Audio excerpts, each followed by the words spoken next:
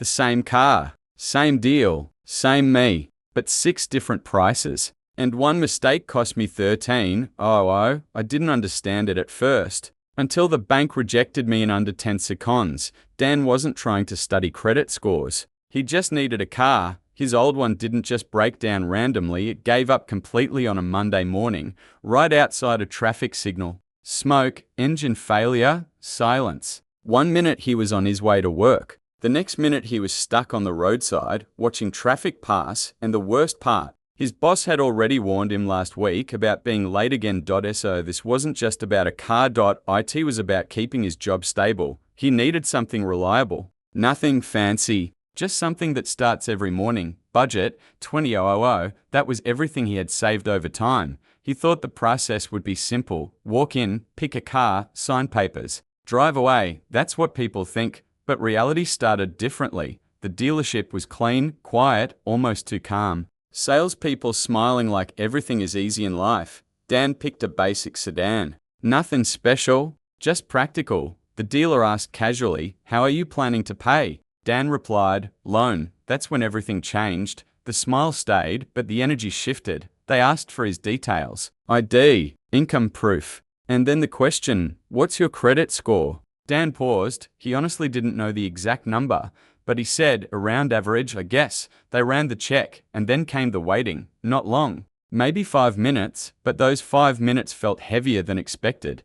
The manager walked back. No excitement. No negotiation. Just a flat expression. "Your application wasn't approved." Dan blinked. He thought it was a mistake. Why not? The answer was vague but final. "Your credit profile doesn't meet our lender requirements." That was it. No explanation. No next step. No guidance, just rejection. Dan walked out, confused, embarrassed, and frustrated. On the drive back home in his broken car, one thought kept repeating, "I earn money. So why do I feel broke in their system?" That night, he did something he had never done seriously before. He checked his credit score. It was around 520. Not terrible. Not good. Just stuck in the middle of nowhere. He started researching, and what he discovered wasn't dramatic at first, but it was uncomfortable. Credit score wasn't just one number. It was a summary of behavior. How consistently you pay, how much debt you use, how long you've managed credit, and how often you apply for new credit. Banks don't see effort, they see patterns, and patterns create risk levels. That's when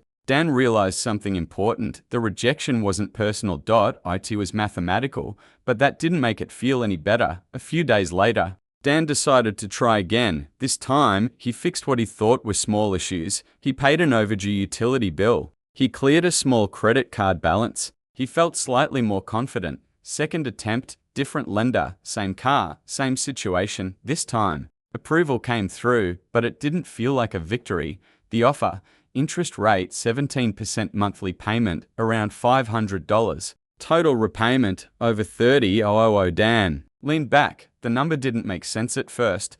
The car was $20,000. So why was he paying $10,000 more? He asked the salesperson. The answer was simple. That's the risk pricing. Dan repeated quietly, "Risk pricing?" And for the first time, someone explained it properly. You're not just buying a car. You're borrowing trust. Low credit score means high risk.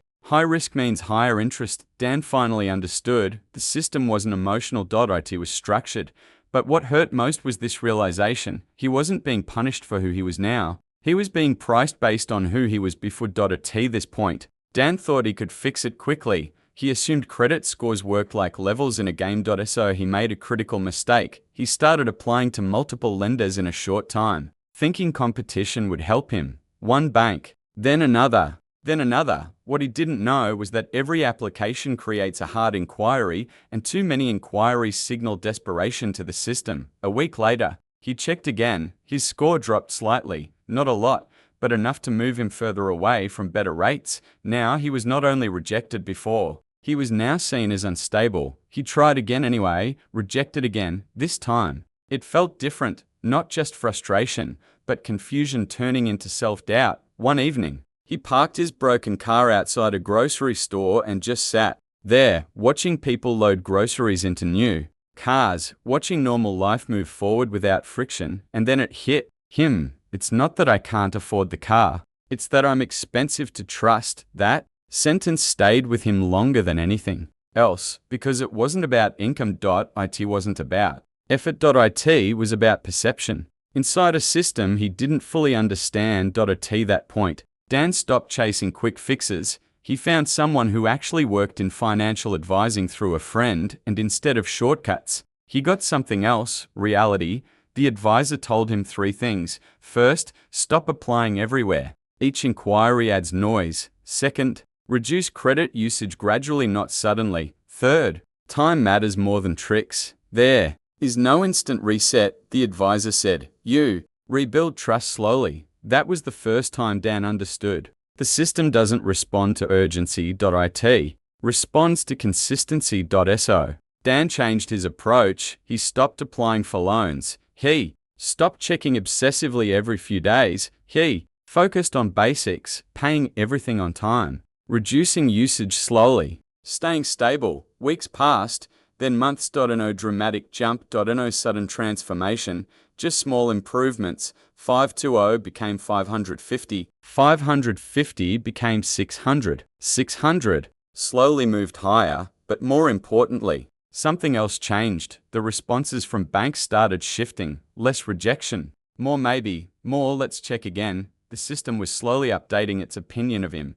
Then came the final attempt. Dan went back to the same dealership, same car, same model, same price, same Dan, but this time, something felt different. No nervousness, just curiosity. They ran his application again and waited. This time, the response came back quickly, approved, but what mattered was the offer. Interest rate 6%, monthly payment around $380. Total repayment about $22,500. Dan didn't react immediately. He just stared at the paper, then he asked for the old quote they gave him months ago, $30,000 plus. He compared both numbers, and for a moment, everything became clear. Same car, same income, same person, but 2 completely different financial realities. Difference, almost $8,000, not because he earned more, not because he changed jobs, but because the system finally trusted him again. And that's when the real lesson hit him.